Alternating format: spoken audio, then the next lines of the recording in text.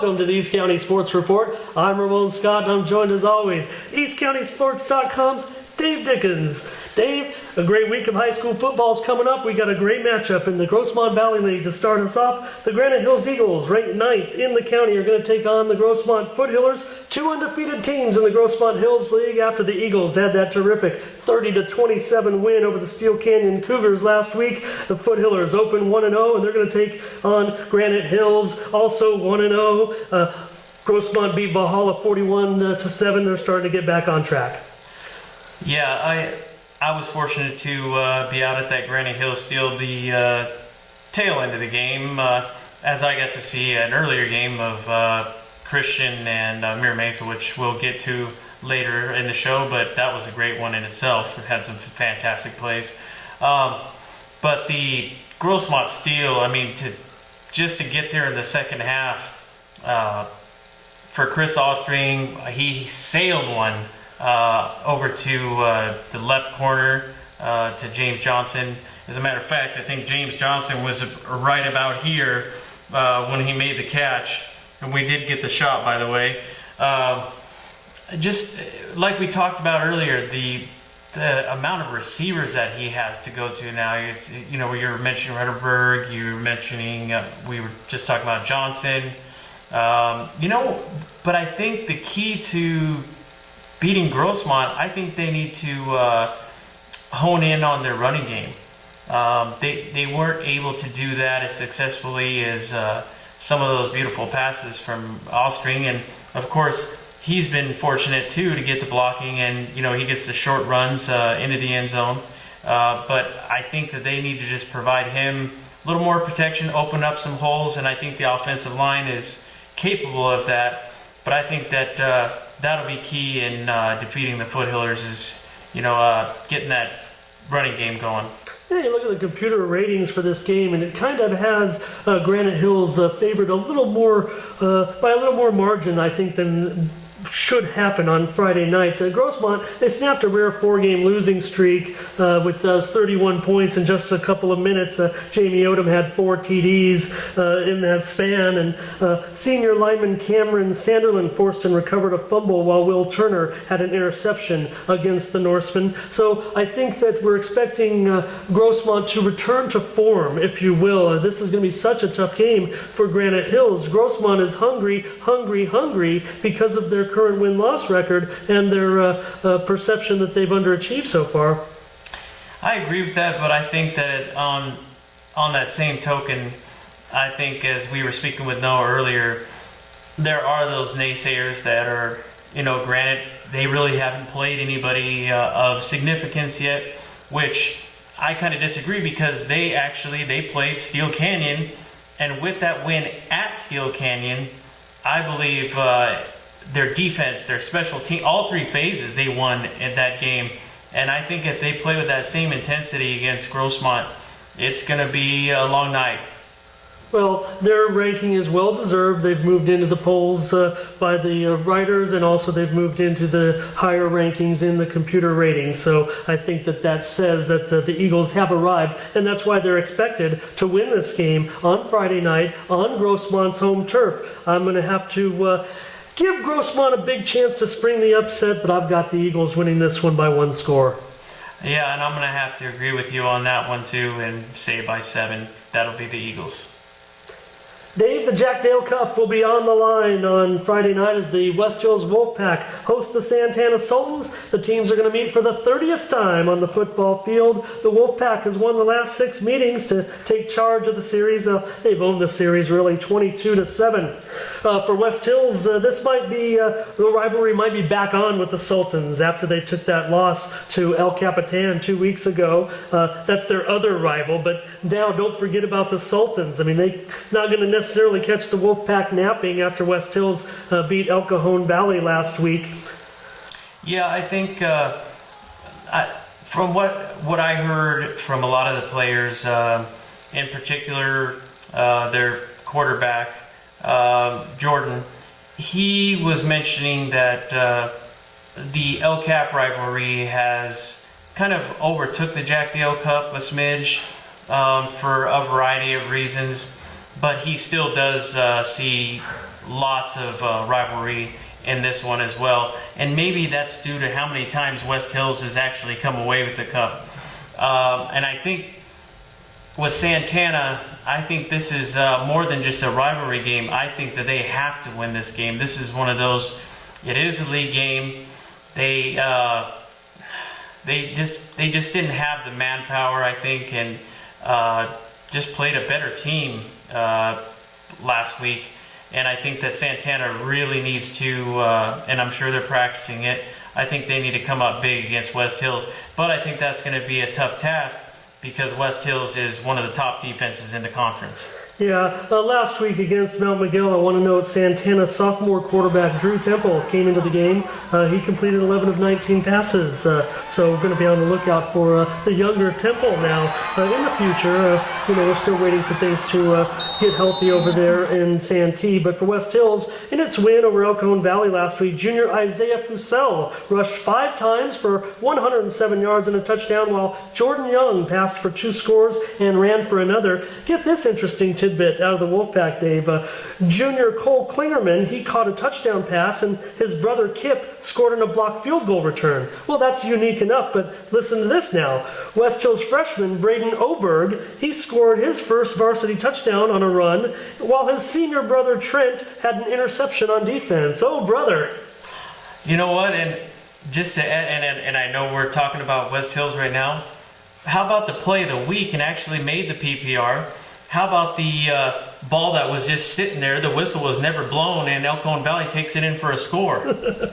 Oh man, that was the highlight of the season probably for the Braves. Last year the Wolfpack beat Santana 34-7 as Jordan Young passed for 2 scores and ran for another in that game. And I will note that Colton Snipes had a touchdown reception in the 4th quarter against West Hills last year. So look for maybe a little magic from Colton in this game, but I still have the Wolfpack by 2 touchdowns. Yeah, I'm going to have to say it would be something different, and it would be something nice, and probably get some more, put some more pressure in that Valley League and raise them up and some more believe in themselves and look past the injury bug. But I think that I'm going to go for the upset, and I'm going to go for Santana winning this one by a field goal, and it's going to be a long one kicked by Mr. Snipes himself. I like that. That's spot on prediction. The Christian Patriots are ranked 11th in the county and undefeated, and they're going to travel to take on the Morse Tigers. The undefeated Patriots in this Eastern League battle, they won their expected showdown between the 2 likely best teams of the Eastern League when they beat Mira Mesa, but Tigers won their league opener against La Jolla 54-25. Owen Easley had a great game, 5 touchdown passes, 219 yards, and 3 of those scores through the air. He accounted for 5 touchdowns, 3 through the air, and 2 to homecoming star Alex Gonzalez. He had 2 touchdowns. And what would we call that play, Ramon? It wasn't exactly a flea flicker, or was it a reverse flea flicker? I don't know what it was, but that ball was passed around quite a few times, so it got through 5 people's hands, and then a 60-yard strike from Owen Easley. That's probably the play of the year. Yeah, I'll mention that Jack Fleur also had a touchdown reception. Gonzo also had 3 sacks on defense in that game, Dave, so Christian turned up the D a little bit, and they're going to have to focus on Morse. Much talk about UCLA-bound Shamar Martin, but Isaiah Thompson, he had over 200 yards and 5 touchdowns in the win over the Vikings. Well, I got to say, talking to Dave Beezer after all of these games, every time, especially when I pick against him, he says, you know what, I think we are capable of beating every team that is on our schedule. So he has utmost confidence in his schemes. He has utmost confidence in his players.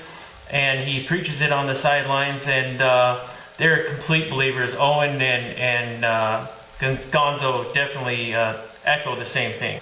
Well, Dave, and that could be expected because the Christian Patriots are likely expected to win every one of their remaining games, except possibly for one, Cathedral Catholic Dons, in a couple of weeks. So that should be an awesome, awesome game sandwiched right into the middle of the league schedule. True test. I've got Christian winning this week's game by a touchdown over the Tigers. Yeah, I'm going to definitely say that the Tigers have quite a bit of speed, and I got a chance to see them actually play in the SDEFNL game early preseason, and it was in game-like conditions, and they played El Cap. But it was a different El Cap team that they played at the beginning of the year. So I'm going to say that the key for Christian on this one is they got the defense to do it. Just slow the pace of the game down is probably going to be the key. And I'm going to take Christian by 14. Dave, the Monte Vista Monarchs are 5-1, and they're going to travel down to take on the Mount Miguel Matadors in the original battle for Spring Valley. It'll be a pair of different philosophies on offense, if you will.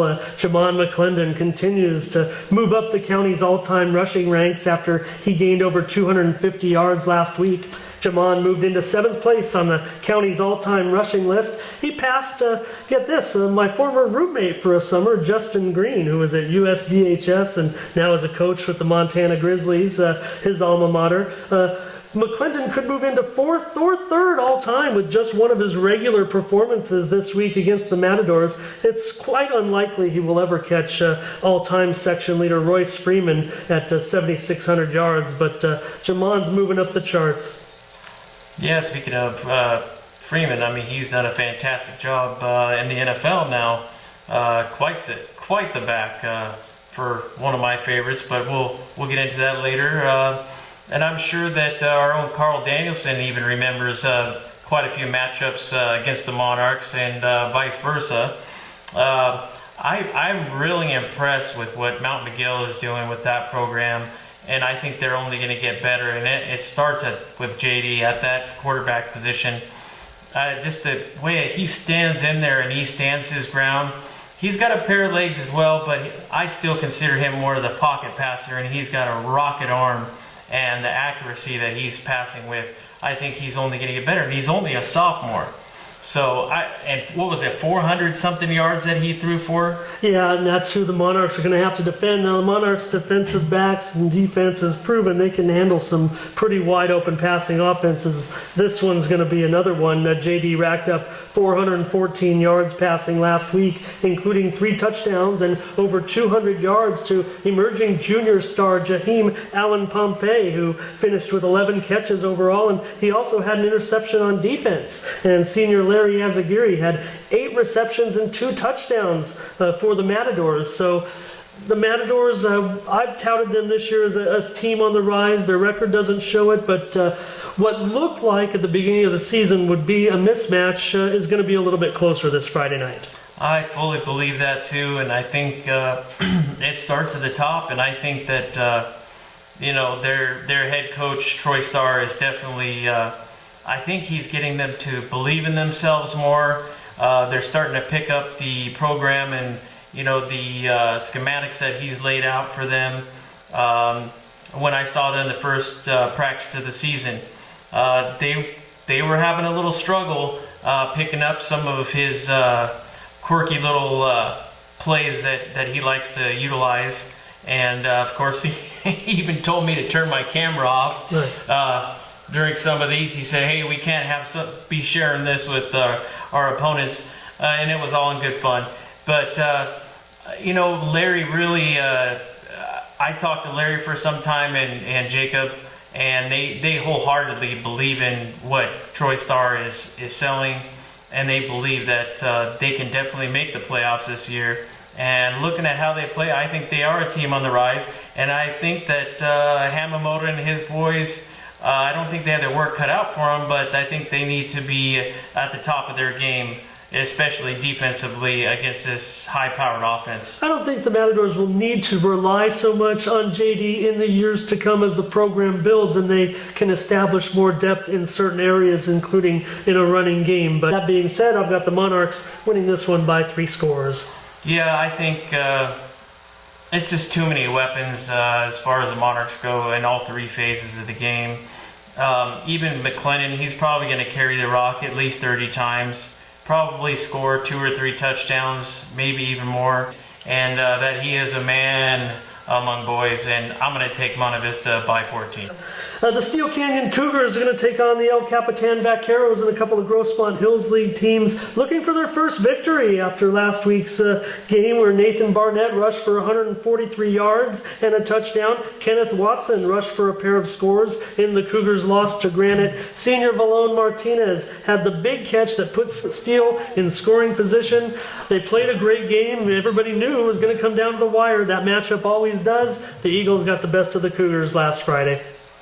Yeah, and on the OCAP side of things, they faced Helix, and I think that OCAP is. I think that they're actually underrated. We talked about how the Foothillers sometimes are underrated, but I think that this El Capitan offense in particular is heavily underrated. I think Donnie Green, Wick Hauser's just got a rocket arm, and Donnie Green, when he gets that offensive line making that pull, he can definitely scoot up that field pretty quick. And let's not forget about Yaphet Yokley. I think he's one of the faster receivers in the league, and he's definitely got a pair of good hands. So I think in this one, Steele's probably got more of the advantage. Not to mention, you got Kenneth Watson, Neely. We hope that he's going to be in there with him as well.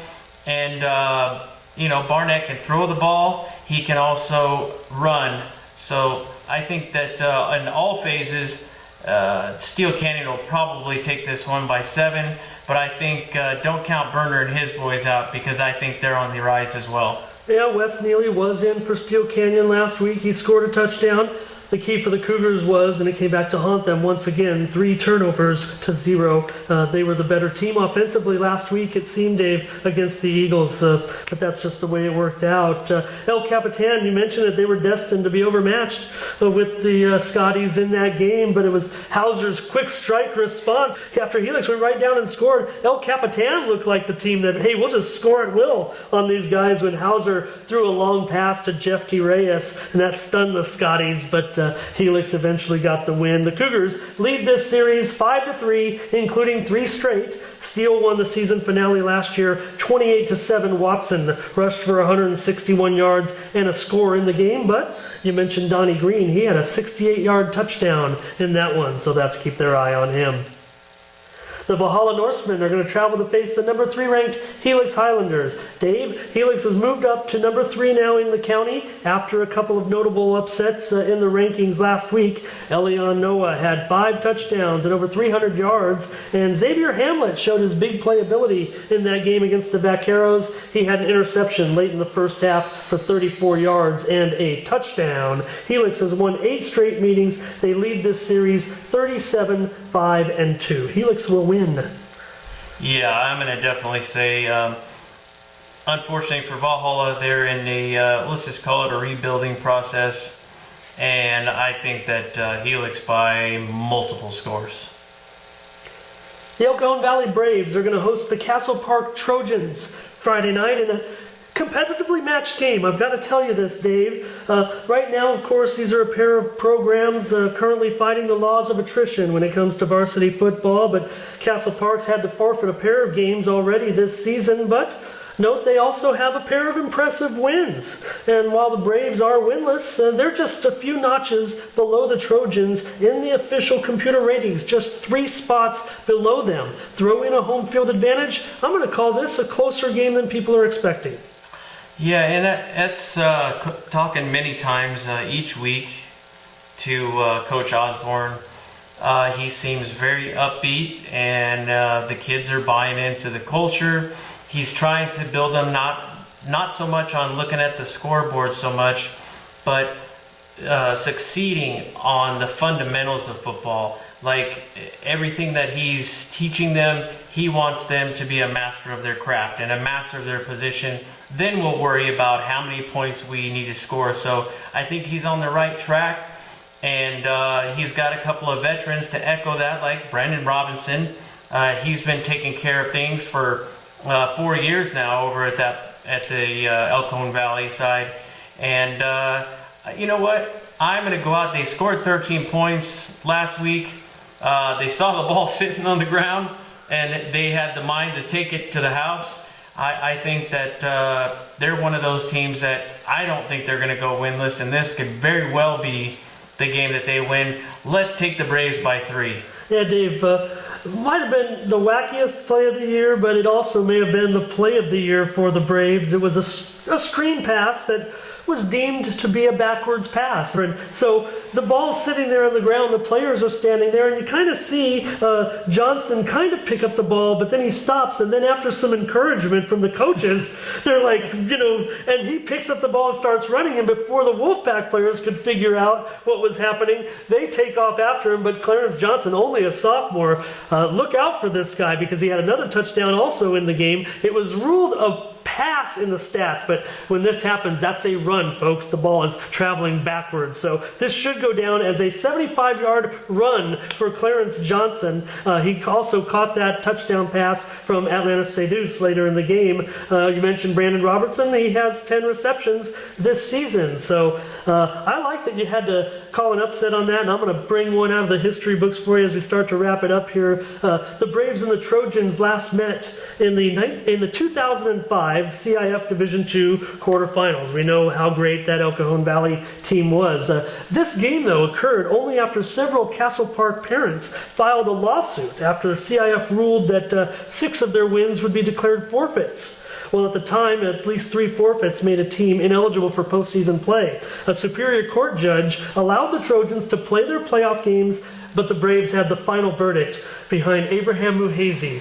7 touchdown passes, 600 plus all-purpose yards in a 56-32 win. I've got Castle Park winning this week's game by 3 touchdowns. The Mountain Empire Redhawks are going to come on to San Diego to take on O'Farrell Charter. And Dave, the big story here, I think, is O'Farrell. They're playing their first season of varsity football. They've been a full-fledged high school for about 6 years now, but this is going to be a neat game for everyone to enjoy. I mean, the Redhawks should win. This will be played at 3:30 in the afternoon. O'Farrell had nearly 36 players this season, and they jumped right into 11-man football, skipped right over 8-man football.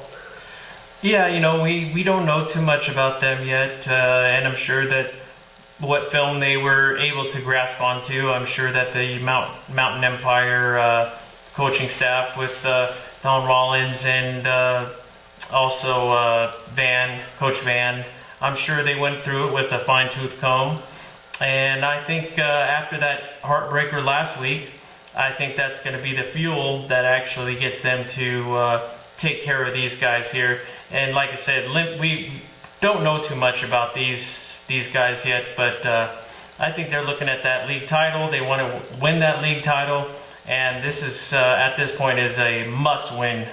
Well, it amounts to a tune-up, but with a 3-3 record, I mean, Mountain Empire is hungry for victories, and they've got to keep up the winning to try to keep that playoff chances alive.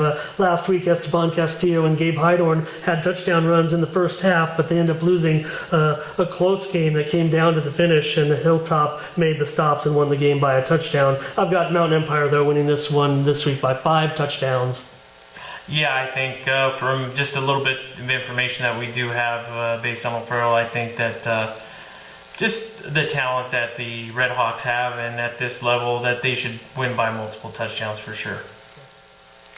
All right, Dave, well, that's going to do it for us on the East County Sports Report. Time to send out a thank you to our sponsors. Retro Sports. Al's Sports Shop. H12 Sports Academy. Nicolosi's Italian Restaurant. Maracareos Italian food. And American General. Join us next week.